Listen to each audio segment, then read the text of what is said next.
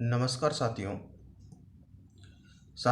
आज हम पढ़ रहे हैं शिक्षा निदेशालय राष्ट्रीय राजधानी क्षेत्र दिल्ली द्वारा भेजी जाने वाली वर्कशीट।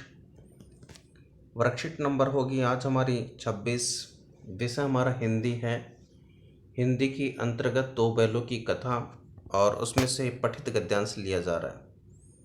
कक्षा 9 के लिए वर्कशीट है। विद्यार्थी अपना नाम लिख दें और अपने कक्षा अध्यापक का नाम लिख दें। और पूर्ववत आपको बता दिया गया है कि दो बैलों की कथा से आपका पठित गद्यांश लिया जा रहा है। प्यारे बच्चों, दो बैलों की कथा पाठ के अंतिम अंश को पढ़ करके नीचे दिए गए प्रश्नों के उत्तर दीजिए। दोनों उन्मत्त होकर बछड़ों की भांति कुलेल करते हुए घर की ओर दौड़े। उन्मत्त का मतलब होता है जोश से भरे हुए। वह हमारा थान है। दोनों दौड़कर अपने अपने थान पर आए और खड़े हो गए। डैडियल भी पीछे पीछे दौड़ा चला आता था। जूरी द्वार पर बैठा धूप खा रहा था। बैलों को देखते ही दौड़ा और उसने बारी बारी से गले लगाने लगा। मित्रों की आंखों से आनंद के आंसू गिरने लगे। एक जूरी का हाथ चाट रहा था। डैडियल ने जाकर बैलों की रस्सी पकड़ ली। जूरी ने कहा, मेरे बैल हैं। तुम्हारे बैल? कैसे? मैं मवेशी खाने से नीलाम लिए आता हूँ। मैं तो समझा हूँ चुरा लिए जाते हो। चुपके से चले जाओ, मेरे बैल हैं। मैं बेचूंगा तो बिकेंगे। किसी को मेरे बैल नीलाम करने का क्या अख्तियार? जाकर थाने में रपट कर दूंगा। मेरे बैल हैं इसका सबूत यह है कि मेरे द्वार पर खड़े हैं। ये जो गद्यांश हम पढ़ रहे हैं ये गद्यांश है दो बैलों की कथा। दो बैलों की कथा से जहाँ पर हीरा और मोती को दोनों को एक बूचड़ खाने में बंद कर दिया जाता है। एक उसमें किसी स्थान पर बंद कर दिया जाता है। वहाँ पर एक डडियल आता है और वो इन दोनों को खरीद करके लेके आना चाहता है। बीच रास्ते में अवसर पाकर के दोनों भग जाते हैं और भग करके झूरी के घर पर आकर के खड़े हो जाते हैं। वही परिदृश्य यहाँ पर है। तो चलिए अब स्टार्ट करते हैं हम पहले प्रश्न की ओर। कौन उन्मत्त होकर के बछड़ों की भांति कुलेल कर रहे थे? तो यहाँ पर दोनों हैं। दोनों का तात्पर्य हीरा और मोती से है।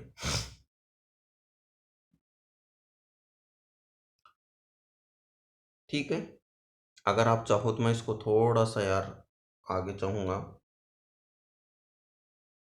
हीरा और मोती दोनों के जहाँ पर नाम पूछा गया वहाँ पर दोनों का नाम हीरा और मोती है। बैलों का नाम लिखना पड़ेगा। दूसरा प्रश्न है, बैलों को देखते ही जूरी ने क्या प्रतिक्रिया दिखाई? आप जूरी के घर पर आकर के जब वो खड़े हुए तो जूरी ने क्या किया उसके संदर्भ में आपको प्रश्नों का उत्तर देना है। तो पहले का मैंने आपको लगा दिया है। अब मैं सेकंड पे चलता हूँ। जूरी ने क्या प्रतिक्रिया दी?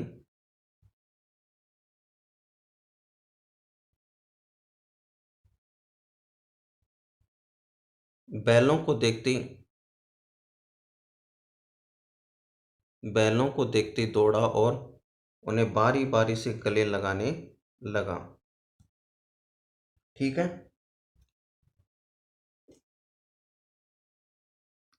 तीसरा प्रश्न है, मेरे बैल हैं मैं बेचूंगा तो बिकेंगे। यह कथन किसने किसको कहा? किसने कहा? जूरी ने कहा। और किसको कहा? डडियल को। ठीक है, आप दूसरे प्रश्न का उत्तर लगा लीजिएगा। बैलों को देखते ही दौड़ा और उसने बारी बारी से गले लगा लिया।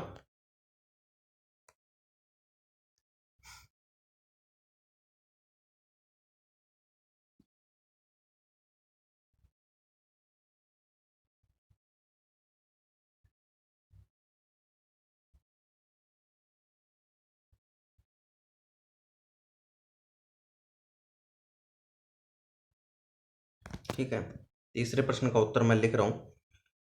मेरे बैल हैं मैं बेचूंगा तो बिकेंगे। यह कथन किसने किससे कहा? जूरी ने कहा।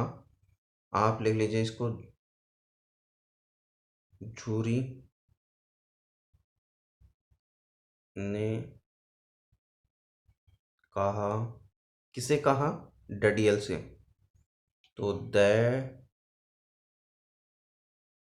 डी यल दड़ियल को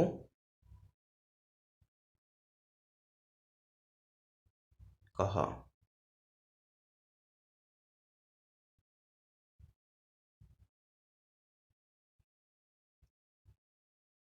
दड़ियल को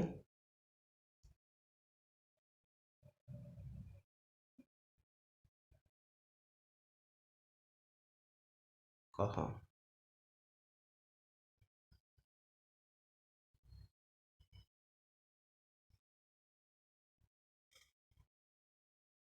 जूरी ने तो कहा और डडियल को कहा। दडियल होता है दडियल, यहाँ पर एक बिंदी सी होगी, दडियल। चलिए तब तक आप तीसरा प्रश्न लिख लीजिए, मैं चौथे प्रश्न को एक बार रिपीट कर लेता हूँ। झूरी ने बैल उसके हैं, ये क्या कहकर साबित किया कि इसके साबित के लिए, तो चलिए मैं आपको प्रश्न का उत्तर बता देता हूँ। झूरी ने कहा ये बैल मेरे हैं, और इसका सबूत उसने कहा कि मेरे द्वार पर खड़े हैं तो ये मेरे ही होंगे। यह आपके चौथे प्रश्न का उत्तर है।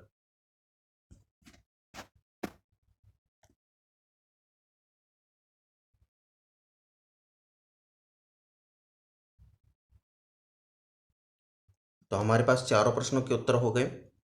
पहले प्रश्न का हीरा और मोती और बैलों को देखते झूरी ने क्या कि गले लगाया और चूमने लगा। तीसरे का हो गया कि बैलों को बेचूंगा तो बिकेंगे, किसने कहा? झूरी ने कहा। और किसको कहा? डडियल को, कि ये तुम्हारे नहीं हैं, मैं मेरे बैल हैं और इनको मैं बेचूंगा तभी तो बिकेंगे, आप तुम्हारे कहने से।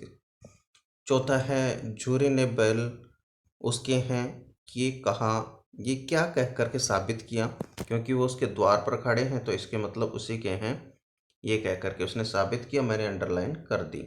इस प्रकार से आपके चार प्रश्न पूरे होते हैं। पांचवें प्रश्न की ओर चलते हैं।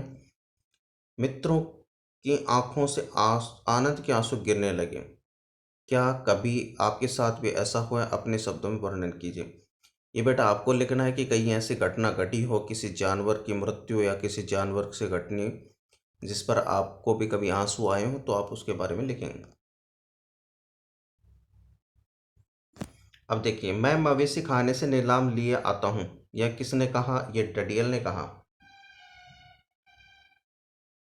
किसने कहा? डडियल ने। तो इस प्रकार से आज की हमारी वर्कशीट समाप्त होती है। अगली वर्कशीट के साथ हम फिर मिलेंगे, तब तक के लिए आप सभी को धन्यवाद। देखते रहिए, पढ़ते रहिए राकेश सर की हिंदी पाठशाला।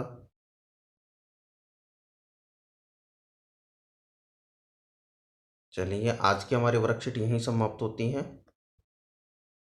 फटाफट हमारा जो